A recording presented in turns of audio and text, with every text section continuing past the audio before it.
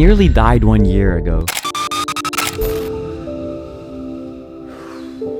I can't put into words how embarrassing this story is to me, but I believe it's important to talk about. Before I tell you what happened, I think we need to talk about body dysmorphia. In order to understand what it's like having body dysmorphia, I need you to think of your biggest insecurity. Now imagine every single time you look in the mirror, it's all you can see. Even if nobody else notices it, you just can't ignore it. And in many cases these days, teenagers' biggest insecurities are their looks.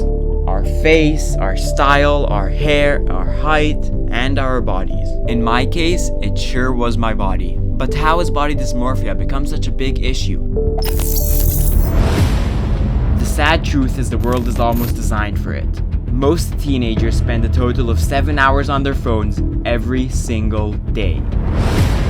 And a lot of this time is spent scrolling endlessly on social media.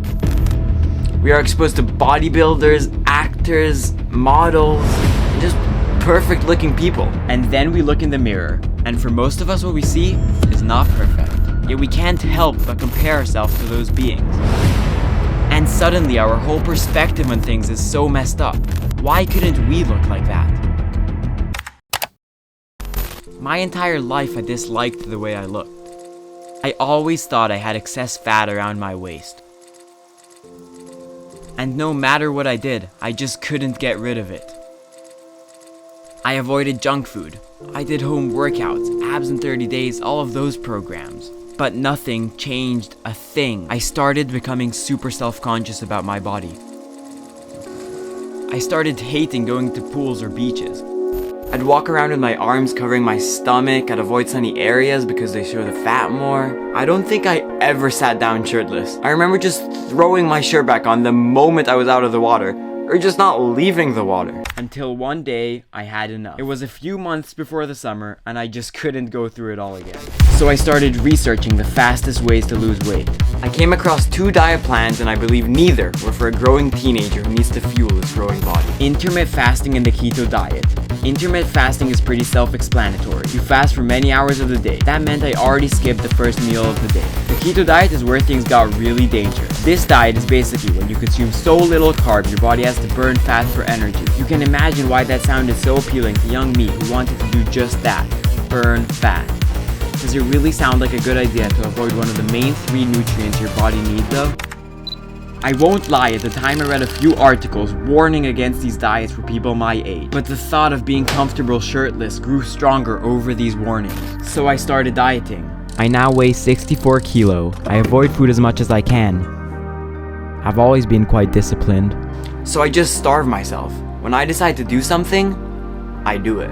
After only 1 week of dieting, I already lost 2 kilo. I now weigh 62 kilo. It is at this point I believe my mom saved my life. At the time I was also vegetarian. I don't even know what I had left to eat.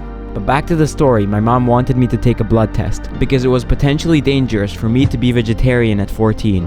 And not surprisingly, my blood test does not come back so great. My potassium is too high. This could be dangerous to my heart. Just in case, my doctor sends me a referral to another blood test. I keep on dieting as hard as I can, and although I can't see any change in my body, the weight is definitely dropping down fast.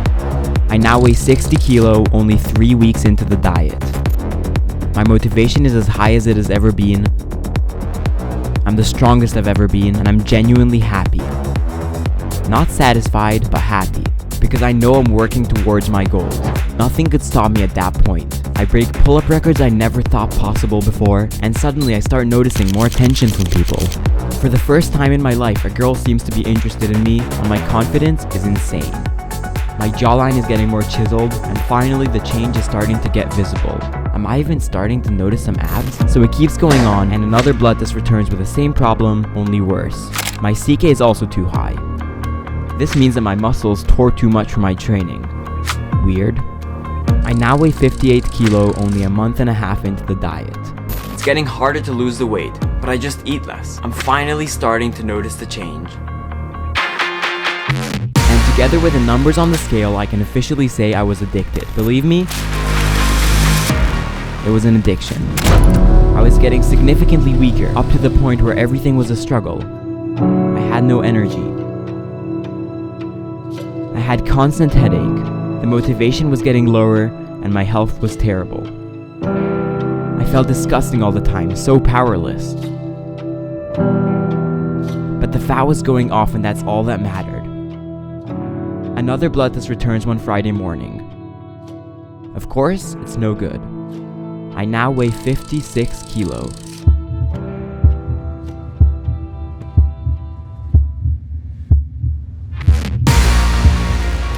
I'm on my way to hospital. And shortly after our arrival, I am told that we will be staying for a few days there.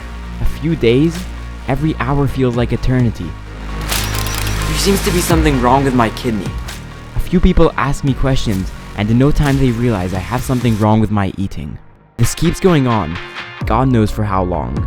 Could be a day, could be a week.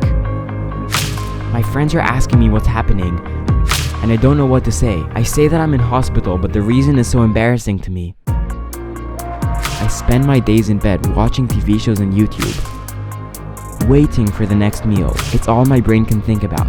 What have I become? And one morning something serious happens. My heart rate is super low. I immediately get called to the heart doctor's office. I remember looking at my mom and just seeing the worry in her eyes. I didn't know what to think. I lie down and the doctor starts x-raying my heart.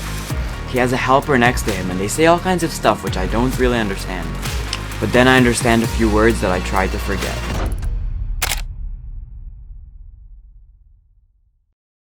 I now weigh 69 kilos. How do I get it to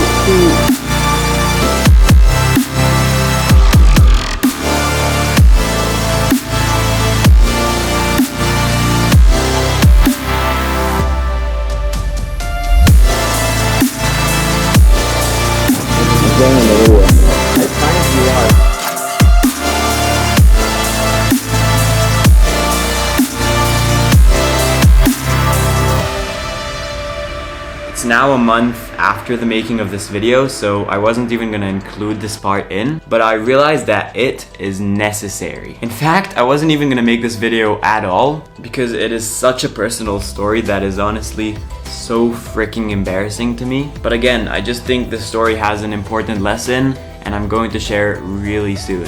Anyway, I just wanted to say thanks to my doctor. Not that she will see this most likely, but just thanks for catching this problem on so early. This doctor honestly saved my life. Thank you so much for preventing all this. I honestly could not thank you enough.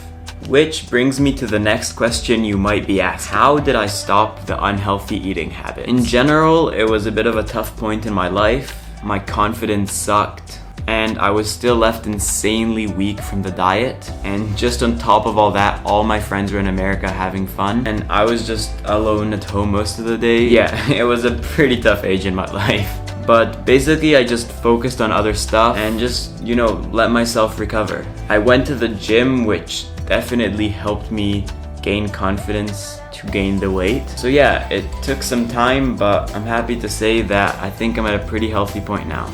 Anyway, back to the video. Now is the point where I share the lesson I learned.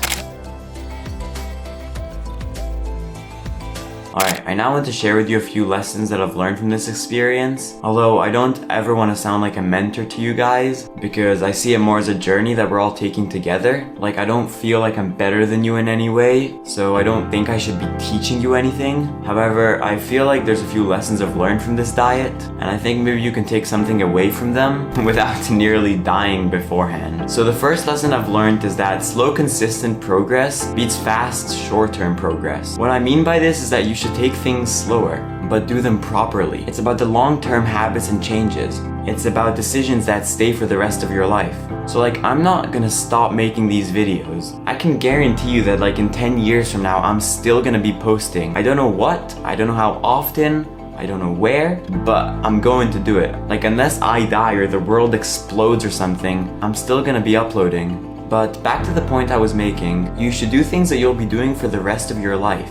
The small, short-term changes, they give you short-term results. The second lesson I learned is that there are more important things than how you look. I know at our age, until you get married, at least for me, it really matters how we look. And naturally, we're all super focused on it. But did you know that most people look at the mirror for 4 hours every single day? Like, isn't that scary? It's just absurd. Our looks matter, but we focus on them way too much. I think it's important to remember that it's not everything that matters. I personally think your personality, your experiences, your skills, they all matter so much more. I'm not saying I'm any good at this either. Like, I also focus on my looks so much. This is literally like the third take for this, but I tried to keep it in mind. I tried to focus on it less. The third lesson I learned, we all have our insecurities and social media normalizes looking perfect. I think people need to raise awareness to this issue more. Bad self-body image can cause so much anxiety and even depression, and it's just sad because there's so many beautiful things in life and somehow we all end up so focused on ourselves. Remember that what you see on Instagram or TikTok,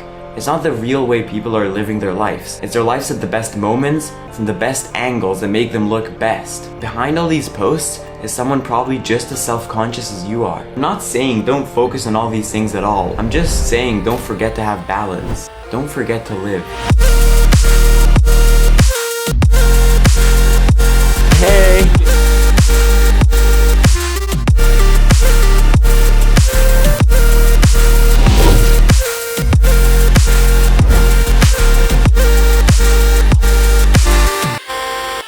Yo guys, this is my first video ever, so if you actually enjoyed it, it would mean the world to me if you subscribed, liked the video, or just commented what your thoughts are. Like, genuinely, thanks so much for watching.